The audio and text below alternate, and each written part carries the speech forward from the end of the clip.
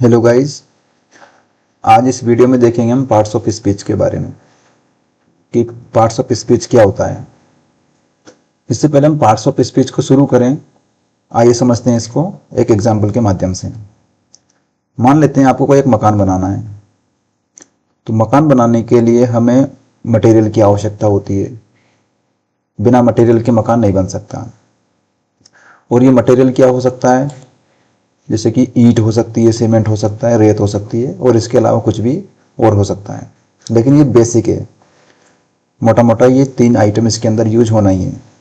उसी तरीके से एक सेंटेंस बनाने के लिए हमें जरूरत पड़ती है शब्दों की, और ये शब्द क्या हो सकते हैं, 8 कैटेगरी के हो सकते हैं। जैसे कि मकान बनाने के लिए हमें कुछ मटेरियल की आवश्यकता पड़ती है, और मटेरियल यहाँ पर मोटे मोटे तौर पर हम देखें तो केवल 3 प्रकार के हैं। उसी तरीके से एक सेंटेंस बनाने के लिए हमें शब्दों की आवश्यकता पड़ती है, और शब्दों की 8 कैटेगरीज होती है। इसलिए यहां पर कहा गया है कि basic building block of a sentence.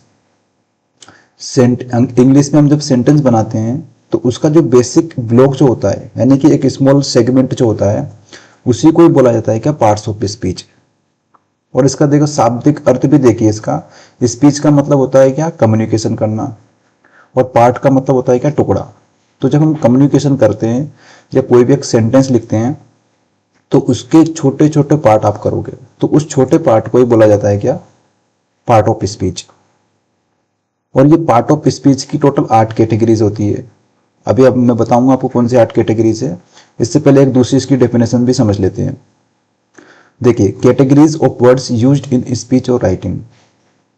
हम जब हम स्पीच और राइटिंग करते हैं तो हमें शब्दों का प्रयोग करना होता है, और जो शब्द यूज किया जाएगा उसकी अलग अलग कैटेगरीज हो सकती है, और उन सभी कैटेगरीज को अगर हम मिला दें तो उसको भी बोला जाता है क्या, पार्ट्स ऑफ स्पीच। तो चलिए समझते हैं कि ये क्वेश्चन मार्क लगा है यहाँ पर, इसका मतलब ये है कि हम देखने वाले हैं कि आखिर वो कौन से 8 कैटेगरीज है। तो चलिए एक एक करके देख लेते हैं सभी को। पहली कैटेगरीज हो सकती है नाउन, दूसरी हो सकती है प्रोनाउन, तीसरी वर्ब, चौथी एडजेक्टिव, पांचवी एडवर्ब, छठवीं प्रेपोजिशन, सातवीं कंजक्शन, और आठवीं इंटरजेक्शन। और इन सभी कैटेगरीज को अगर हम मिला दें तो उसी को बोला जाता है क्या, पार्ट्स ऑफ स्पीच। इसको और आसान भाषा में मैं आपको समझाता हूं कि स्पीच का मतलब होता है क्या, कम्युनिकेशन करना, या फिर कोई भी वाक्य या सेंटेंस बोलना। जब हम कोई भी वाक्य या सेंटेंस बोलते हैं तो उस वाक्य को छोटे छोटे टुकड़ों में आप तोड़ो, ब्रेक करो उसको। तो जब आप सेंटेंस को ब्रेक करते हो तो उसके अंदर हमें ये केवल 8 टॉपिक ही दिखाई देते हैं मोस्टली।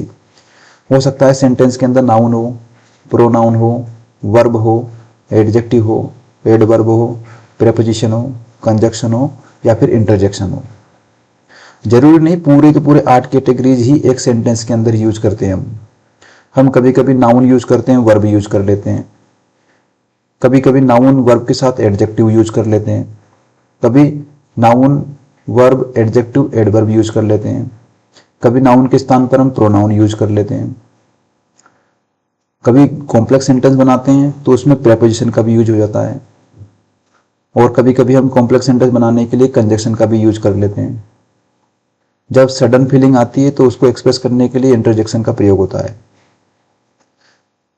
अब इसकी थोड़ी डिटेलिंग, बड़े बड़े टॉपिक हैं, जैसे कि नाउन प्रोनाउन, लग हम अपन को छोटा सा टॉपिक रहा है ये, लेकिन अगर एक्चुअली इनको डीप डाउन करें इनके अंदर, और हम देखेंगे आगे जाकर आगे की वीडियो में कि नाउन भी अपने आप में एक बहुत बड़ा टॉपिक है, प्रोनाउन, वर्ब, एडजेक्टिव, और ऐसे ही करके इंटरजेक्शन तक।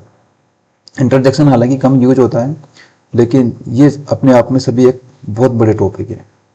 लेकिन मोटे मोटे तौर पर आपको केवल इतना समझना है कि noun, pronoun, verb, adjective, adverb, preposition, conjunction और इंटरजेक्शन, ये केवल 8 ही शब्द हैं, 8 ही टाइप है, या 8 कैटेगरी आप इनको बोल सकते हो, और इन्हीं को बोला जाता है क्या, पार्ट्स ऑफ स्पीच।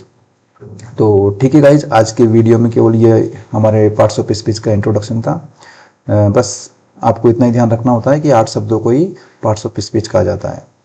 आगे के वीडियो में हम देखेंगे कि पार्ट्स ऑफ स्पीच में जैसे noun, pronoun, verb, adjective, adverb, preposition, conjunction और इंटरजेक्शन, ये अपने आप में एक बहुत बड़े टॉपिक है। इनको सबको हम इंडिपेंडेंटली अलग अलग देखने वाले हैं आगे की सीरीज में।